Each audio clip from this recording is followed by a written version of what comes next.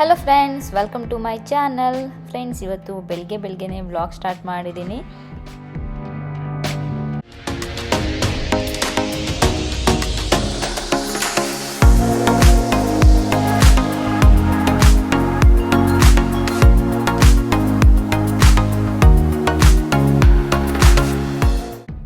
ಜಿಯನ್ ಇವತ್ತು ಸ್ಕೂಲಿಗೆ ಹೋಗ್ಬೇಕಲ್ವ. ಸೊ ಸ್ಕೂಲಿಗೆ ಹೋಗೋದಕ್ಕಿಂತ ಮುಂಚೆ ನಾನು ಎಲ್ಲ ರೆಡಿ ಮಾಡಬೇಕು. ಎದ್ದು ಬಂದಿದ್ದ ತಕ್ಷಣ ನಾನು ಹೋಗಿ ಯುಟಿಲಿಟಿ ಏರಿಯಾದು ಡೋರ್ ಓಪನ್ ಮಾಡ್ತೀನಿ. ಯಾಕೆಂದರೆ ಸ್ವಲ್ಪ ಪಾತ್ರೆಗಳೆಲ್ಲ ಹಾಕಿರ್ತೀನಿ, ಬಟ್ ಸ್ವಲ್ಪ ಅದು ಇದು ಇದ್ದೇ ಇರುತ್ತೆ. ಅದನ್ನೆಲ್ಲ ತೆಗೆದು ತೊಳೆಯೋದಕ್ಕೆ ಹಾಕ್ತೀನಿ. ನೈಟೇ ಎಷ್ಟೇ ಮಾಡಿದ್ರೂ ಬೆಳಗ್ಗೆನೂ ಕೂಡ ಕೆಲಸ ಇದ್ದೇ ಇರುತ್ತೆ. ಎಲ್ಲ ಹೆಣ್ಮಕ್ಳಿಗೂ ಗೊತ್ತು, ಅದು ಎಕ್ಸ್ಪೀರಿಯನ್ಸ್ ಮಾಡಿದವ್ರಿಗೆ ಎಷ್ಟೇ ಕೆಲಸ ಮಾಡಿದ್ರು ಬೆಳಗ್ಗೆ ಕೆಲಸ ಇರುತ್ತೆ. ಮನಸ್ಸರಿ ಸುಸ್ತಾಗ್ಬಿಟ್ಟಿರುತ್ತೆ. ಸ್ವಲ್ಪ ಇದ್ದಾಗ ಹೋಗಿ ಮಲಗಿಬಿಡ್ತೀವಿ. ಸೊ ಇವತ್ತು ಬೆಳಿಗ್ಗೆ ಬೇಗ ಸ್ನಾನನೂ ಕೂಡ ಆಗೋಯ್ತು, ಇಲ್ಲಾಂದರೆ ಮತ್ತು ಲೇಟಾಗಿ ಮಾಡ್ತಿದ್ದೆ. ಸೊ ಬೆಳಗ್ಗೆನೇ ಎದ್ದು ಇವತ್ತು ಸ್ನಾನ ಮಾಡಿಬಿಟ್ಟೆ. ಸೊ ಒಂದು ಗ್ಲಾಸ್ ನೀರು ಕುಡಿದ್ರೆ ಬೆಳಗ್ಗೆ ಎದ್ದು ನನಗೆ ಒಂದು ಸ್ವಲ್ಪ ಎನರ್ಜಿನೂ ಕೂಡ ಜಾಸ್ತಿ ಬರುತ್ತೆ. ಸೊ ಅದಕ್ಕೆ ಎದ್ದ ತಕ್ಷಣ ಒಂದು ಗ್ಲಾಸ್ ನೀರು ಕುಡಿತೀನಿ. ಆಮೇಲೆ ನಾರ್ಮಲ್ ಥೈರಾಯ್ಡ್ ಟ್ಯಾಬ್ಲೆಟ್ ತೊಗೊತೀನಿ. ಸೊ ಥೈರಾಯ್ಡ್ ಕಂಟ್ರೋಲಲ್ಲಿದೆ, ಬಟ್ ಟ್ಯಾಬ್ಲೆಟ್ ನಿಲ್ಲಿಸಬಾರ್ದು. ಸ್ವಲ್ಪ ದಿನ ನಿಲ್ಲಿಸಿ ನೋಡಿದೆ, ಬಟ್ ಆಮೇಲೆ ಡಾಕ್ಟರ್ ಮತ್ತೆ ಸಜೆಸ್ಟ್ ಮಾಡಿದ್ರು ಇಲ್ಲ ಕಂಟಿನ್ಯೂ ಮಾಡಿ ಅಂತ. ಸೊ ಅದಕ್ಕೆ ಥೈರಾಯ್ಡ್ ಟ್ಯಾಬ್ಲೆಟ್ ಇವಾಗಲೂ ಕೂಡ ತೊಗೊತೀನಿ.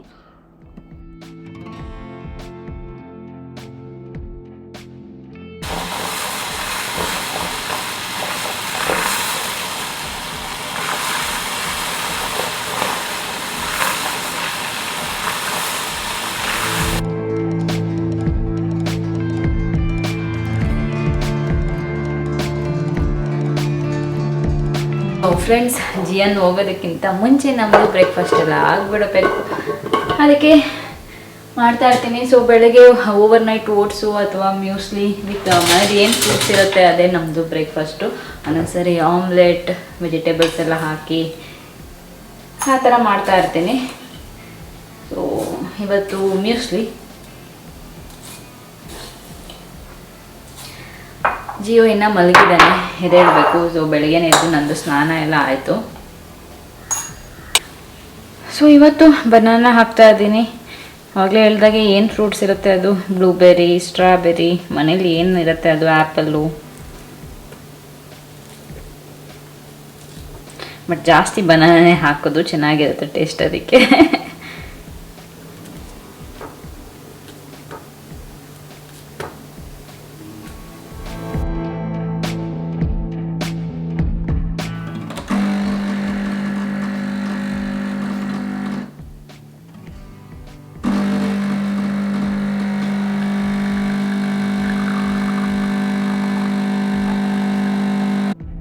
ಬೆಳಗ್ಗೆ ಎದ್ದಿದ ತಕ್ಷಣ ನನಗೆ ಕಾಫಿನೇ ಕುಡಿಬೇಕು. ಅದಕ್ಕೆ ಬ್ಲ್ಯಾಕ್ ಕಾಫಿ ಕುಡಿತೀನಿ. ಯಾಕೆಂದರೆ ಕಾಫಿ ಕುಡಿದ ಮೇಲೆ ನನಗೆ ಓಕೆ ಇವಾಗ ಎಚ್ಚರ ಆಗಿದ್ದೀನಿ ಅಂತ ಅನ್ಸೋದು.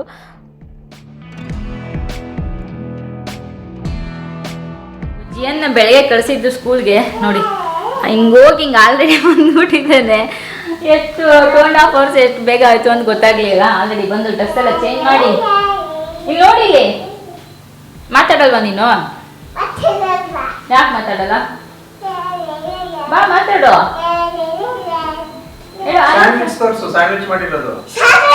ಅವನೇ ಸ್ಕೂಲಲ್ಲಿ ಸ್ಯಾಂಡ್ವಿಚ್ ಮಾಡಿಸಿದಾರೆ ಅವನ ಕೈಲಿ. ಮಾಡಿದ್ದಾನೆ, ಬಟ್ ತಿನ್ನಿಲ್ಲ. ಏನು ಕೊಟ್ಟರು ತಿನ್ನಲ್ಲ. ಬಾ ಹೇಳೋದೇನು ಹೇಳ್ತೀನಿ, ನಾನೇ ವ್ಲಾಗ್ ಮಾಡ್ತೀನಿ ಅಂತ. ಬಾ ಇಲ್ಲಿ ಹೇಳು. ಕಾಣಿಸ್ತಿಲ್ಲ ಇಲ್ಲಿ, ಬಾ ಹೇಳು ಹೇಳು. ಹೆಂಗ್ ಮಾಡೋದು ವ್ಲಾಗ್ ತೋರ್ಸು.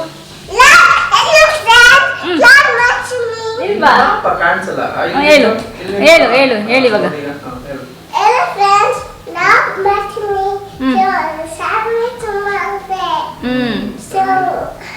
ಆಮೇಲೆ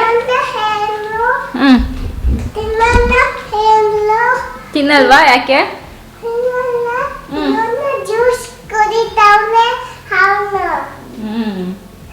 ಆಮೇಲೆ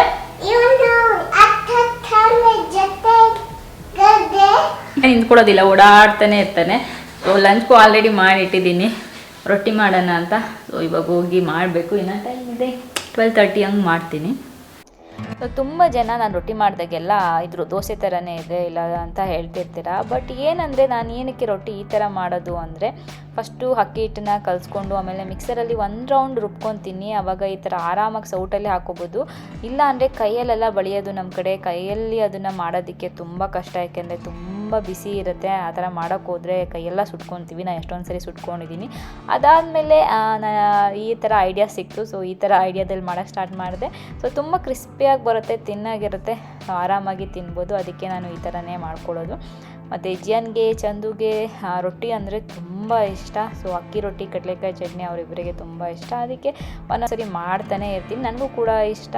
ಸೊ ಯಾವಾಗ ರೈಸು ಚಪಾತಿ ಎಲ್ಲ ಬೇಜಾರಾಗುತ್ತೆ, ಆವಾಗ ಈ ಥರ ಅಕ್ಕಿ ರೊಟ್ಟಿ ಚಪಾತಿ ಮಾಡ್ಕೋತೀವಿ ಲಂಚ್ಗೂ ಕೂಡ. ಆಮೇಲೆ ಲಂಚೆಲ್ಲ ಪ್ರಿಪೇರ್ ಆದಮೇಲೆ 3 ಜನನೂ ಒಟ್ಟಿಗೆ ಕೂತ್ಕೊಂಡು ತಿಂತೀವಿ. ಸ್ವಲ್ಪ ಜಿಯನ್ ಜೊತೆ ಆಟ ಆಡಿಕೊಂಡು ಮಾತಾಡಿಕೊಂಡು ಒಟ್ಟಿಗೆ ಲಂಚ್ ಮಾಡೋದು.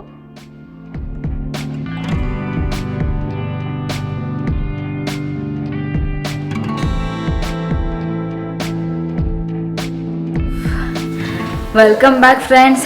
ಸೊ ಮಧ್ಯಾಹ್ನ ಎಲ್ಲ ಲಂಚೆಲ್ಲ ಆದಮೇಲೆ ಸ್ವಲ್ಪ ಹೊತ್ತು ಜಿಯನ್ನ ಮಲಗಿಸ್ಬಿಟ್ಟು ನಾನೊಂದು ಹಾಫ್ ಆನ್ ಅವರ್ ಮಲಗಿದ್ದೆ ಇರಬೇಕು. ಆಮೇಲೆ ಜಿಮ್ಗೆ ಹೋಗಿದ್ದೆ. ಸೊ ಜಿಮ್ಮಿಂದ ಬಂದೆ, ಇವಾಗ ಆಲ್ಮೋಸ್ಟ್ 5:30 ಆಗಿದೆ. ಸೊ ಇವಾಗ ಹೋಗಿ ನಾನು ಫುಲ್ ಜಿಮ್ಮಿಂದ ಸ್ವೆಟ್ಟಾಗಿರ್ತೀನಲ್ಲ, ಸೊ ಸ್ವಲ್ಪ ಫ್ರೆಶನಪ್ ಆಗಿ ಬಂದು ಟೀ ಏನಾದರೂ ಮಾಡಬೇಕು. ಚಂದು ಕಾಯ್ತಿದ್ದಾರೆ. ಸೊ ಫಸ್ಟ್ ಹೋಗಿ ಫ್ರೆಶನಪ್ ಆಗ್ತೀನಿ. ಸೊ ಜಿಮ್ಗೆ ಹೋಗಿ ಬಂದಮೇಲೆ ಮತ್ತೆ ಫ್ರೆಶನಪ್ ಆದೆ. ಸೊ ಸೇಮ್ ಡ್ರೆಸ್ಸೇ ಹಾಕ್ಕೊಂಡು, ಯಾಕೆಂದರೆ ಜಿಮ್ಗೆ ನೀ ಡ್ರೆಸ್ ಹಾಕ್ಕೊಂಡು ಹೋಗಿರಲ್ವಲ್ಲ. ಸೊ ಮತ್ತೆ ಬಂದು ಮೈ ಸ್ನಾನ ಮಾಡಿ ಸೊ ಮತ್ತೆ ಎಲ್ಲ ರೆಡಿ ಆಗ್ತಿದ್ದೀನಿ ಈವ್ನಿಂಗು.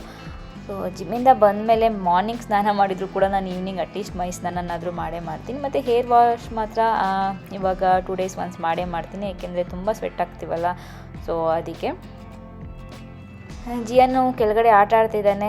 ಸೊ ಅವನಿಗೂ ಹೋಗಿ ಹಾಲು ಕೊಡಬೇಕು, ಚಂದುಗೆ ಟೀ ಮಾಡಿಕೊಡ್ಬೇಕು. ಸೊ ಅದಕ್ಕೆ ಎಷ್ಟು ಬೇಗ ಆಗುತ್ತೆ ಅಷ್ಟು ರೆಡಿಯಾಗಿ ಕೆಳಗಡೆ ಹೋಗಬೇಕು.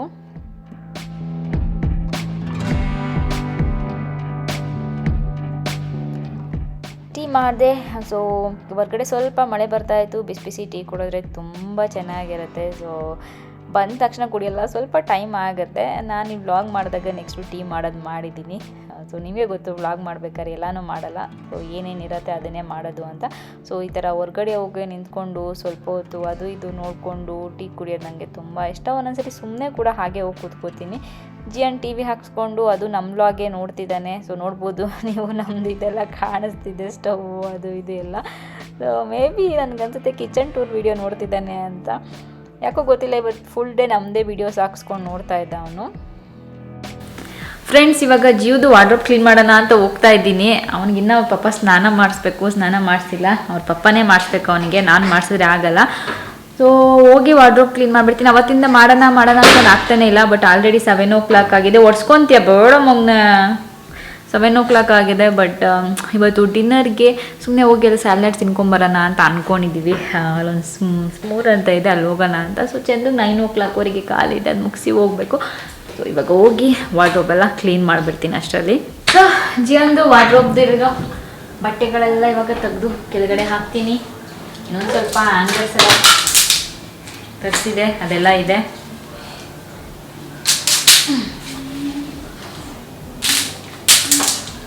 ಸೊ ಎಲ್ಲ ಇವಾಗ ಒಂದೊಂದೇ ತೆಗೆದು ಹಾಕಬೇಕು. ಚಿಕ್ಕದಾಗಿರೋದೆಲ್ಲ ತೆಗೆದಿಡಬೇಕು. ಒಂದಂತೂ 2 months ಒಂದ್ಸರಿ ಡಿಕ್ಲಟರ್ ಮಾಡ್ತಾನೆ ಇರಬೇಕು, ಚಿಕ್ಕದಾಗ್ಬಿಡುತ್ತೆ.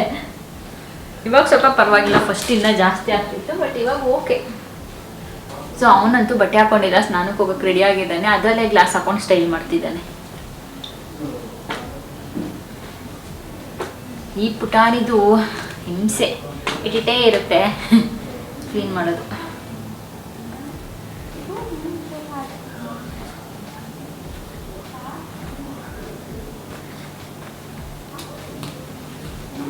ನೋಡಿ ಏನದು? ಗ್ಲಾಸ್ ಏನು ಮಾಡ್ತಿದ್ದೀರಾ?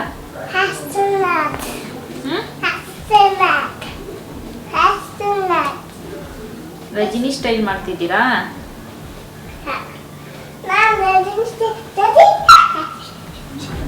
ನೆಲದ ಮೇಲೆ ಫೋಲ್ಡ್ ಮಾಡಿರ್ತಿದ್ದೀನಿ, ಯಾಕೆಂದರೆ ಮಾಪ್ ಎಲ್ಲ ಮಾಡಿದೆ, ಕ್ಲೀನಾಗಿದೆ. ಅದಕ್ಕೆ, ಇಲ್ಲಾಂದರೆ ಚಾಪೆ ಹಾಕ್ಕೊಂಡು ಮಾಡ್ತಾ ಇದ್ದೆ.